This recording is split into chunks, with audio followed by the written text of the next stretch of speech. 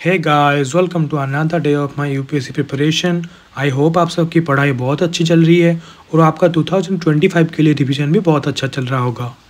आज सुबह सुबह उठ के पहले मैंने अपना ब्रेकफास्ट कंप्लीट किया, जो कि मैंने चाय के साथ रोटी खाया है। फिर उसके बाद मैं पढ़ने बैठ गया अपना न्यूज़पेपर, जो कि मैं करता हूँ द इंडियन एक्सप्रेस से। तो चलिए देखते हैं आज के न्यूज़पेपर में अच्छे वाले आर्टिकल्स क्या हैं। जैसे कि आपको पता है कि अभी ग्लोबल वार्मिंग चल रहा है पूरे दुनिया में, तो इसका इम्पैक्ट भी आजकल के जो पेंगुइन रहते हैं, जो कि आर्कटिक ओशियन नहीं तो वो अंटार्कटिका में रहते हैं, उसके ऊपर भी इसका इम्पैक्ट पड़ रहा है। अभी रिसेंटली एक स्टडी हुआ था जिसमें पता लगा है कि 2014 से 2016 के बीच में total 4 million Alaska sea bird were killed due to huge marine heat wave. और एक आर्टिकल है जैसे कि अभी गवर्नमेंट हमारा सोवरेन गोल्ड बॉन्ड स्कीम को बंद करने वाला है। Sovereign gold bonds are debt securities issued by the Reserve Bank of India on behalf of Government of India. Each unit denotes a gram of gold. Government said that the fiscal deficit through the sovereign gold bonds is quite high and it doesn't align with the benefits accruing to the investors from the scheme. अभी सारे exam में जो question paper leak हो रहे हैं उसको रोकने के लिए भी गवर्नमेंट ने कुछ मेजर रिकमेंडेशंस दिया है, जैसे कि policy level intervention, operational improvements, infrastructural improvements and developing core competence. बस एक्सप्लेन वाले पेज में इतना ही था। फिर इकोनॉमी वाले पेज में कुछ आर्टिकल है जैसे कि banks report spike in NPS in credit card and personal loan segment. NPA का मतलब है कि अगर कोई इंसान बैंक से कुछ लोन ले रहा है और वो लोन 90 डेज़ के अंदर चुका नहीं पा रहा है तो वो बैंक के लिए बन जाएगा नॉन परफॉर्मिंग एसेट। एक और न्यूज है जैसे कि जो गवर्नमेंट है वो सारे जो अनयूजुअल गोल्ड के इम्पोर्ट अभी चल रहा है उसको वापस से री एग्जामाइन करने वाला है। तीसरा न्यूज है SEBI titans norms for IPOs by small and medium enterprises. एक और एडिटोरियल है जैसे कि श्रीलंका के प्रेसिडेंट जो इंडिया आए थे, अभी इंडिया और श्रीलंका के बीच में कुछ ट्रीटी साइन होने वाला है।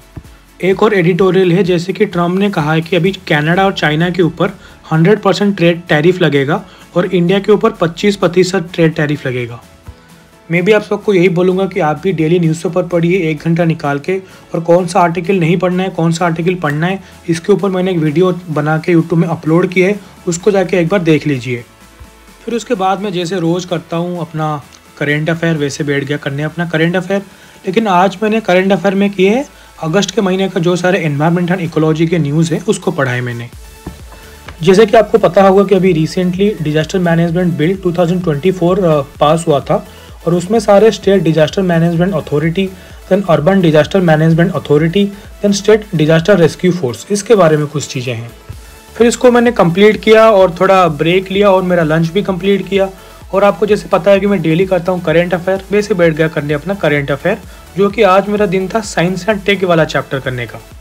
इसमें मैंने पहले किया है IL-3S protein. It is a specific protein of IL-12 alpha and IL-27 beta chain. It helps to protect against type 1 diabetes. It regulates macrophage activation, T cell protein and regulatory beta cells. Then vitamin D.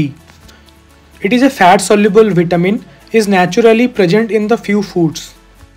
It is also produced endogenously when ultraviolet rays from the sunlight strike the skin and triggers vitamin D synthesis. During periods of sunlight, vitamin D is stored in the fat and then released when sunlight is not available. Vitamin D plays a role in nervous system, muscle skeletal system and immune system. Then titanium. It is the fourth most abundant element in the earth crust and is often occur in the ore deposit in the form of chemical compound with iron and oxygen. It is also present in meteorites and sun.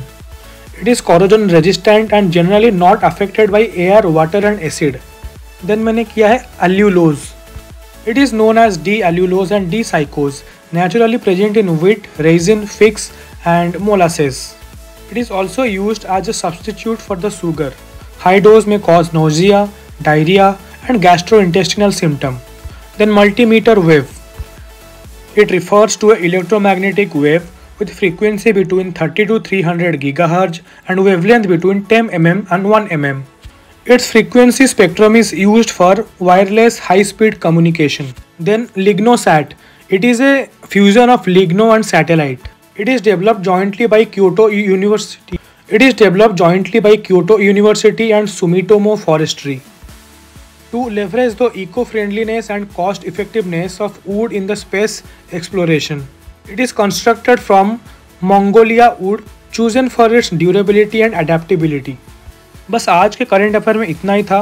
सबको यही बोलूँगा कि daily current affair आप भी पढ़िए, क्योंकि आजकल के प्री और मेंस में ये सारे क्वेश्चंस बहुत आते हैं और बिना करंट अफेयर पढ़े आप कुछ नहीं भी कर पाएंगे। तो अगर आपको डेली करंट अफेयर पढ़ना है तो मेरा खुद का एक करंट अफेयर का इंस्टाग्राम चैनल है, मैं वहाँ पे डेली करंट अफेयर अपलोड करता हूँ और वो इंस्टाग्राम का आईडी डिस्क्रिप्शन बॉक्स में दिया गया है, वहाँ पे जाके आप फॉलो कर सकते हैं और डेली करंट अफेयर वहाँ से देख सकते हैं। अगर आप नए हो और आपको पता नहीं है कि यूपीएससी की तैयारी कैसे चालू करना है, तो मैंने इसके रिगार्डिंग एक वीडियो कल ही जस्ट यूट्यूब में अपलोड किया है, आप जाके उसको देख सकते हैं। और वरना अगर कुछ भी डाउट होते हैं तो आप मुझे कमेंट सेक्शन में पूछ सकते हैं, नहीं तो इंस्टाग्राम आप जो डिस्क्रिप्शन बॉक्स में दिया है आप जाके वहाँ पे मुझे पूछ सकते हैं।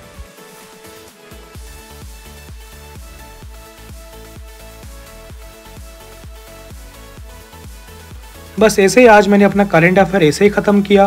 फिर उसके बाद मैं शाम में थोड़ा चलने चला गया पार्क में, जैसे कि मैं रोज़ जाता हूँ, लेकिन आज उसका वीडियो मेरे पास नहीं है। फिर पार्क से आने के बाद मैंने थोड़ा स्नैक्स खाया, फिर उसके बाद मैं जैसे रोज़ लगाता हूँ एक मॉक टेस्ट, वैसे ही विजन आइज का एक मॉक टेस्ट लगाने बैठ गया, जो कि 2 घंटे का था। और 2 घंटे का मॉक टेस्ट लगाने के बाद जो भी शायद क्वेश्चंस मेरे गलत थे उसको मैंने कॉपी में लिखा उसका सही आंसर, क्योंकि रात को मुझे उसे रिविज़न करना होता है। मैं सबको यही बोलूँगा कि आप भी डेली एक मॉक लगाइए, क्योंकि मॉक लगाने से थिंग्स आपके लिए बहुत ईजी हो जाएंगे।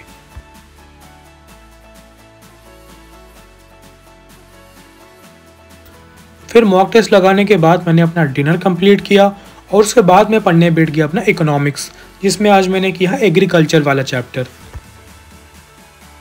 बस यही था आज मेरा पूरा दिन का स्केड्यूल। अगर आपको ये वीडियो अच्छा लगा हो तो please like share and comment कीजिए, और आपको यूपीएससी के रिगार्डिंग अगर कुछ भी डाउट हो तो आप मुझे कमेंट सेक्शन में पूछ सकते हैं। और आपको अगर डेली करंट अफेयर देखना हो तो आप मुझे इंस्टाग्राम में फॉलो कर सकते हैं, इंस्टा का आईडी डिस्क्रिप्शन बॉक्स में दिया है। और ऐसे ही वीडियोज़ रोज़ देखने के लिए और अपने डाउट क्लियर करने के लिए आखिरी में चैनल को सब्सक्राइब जरूर कर दीजिए।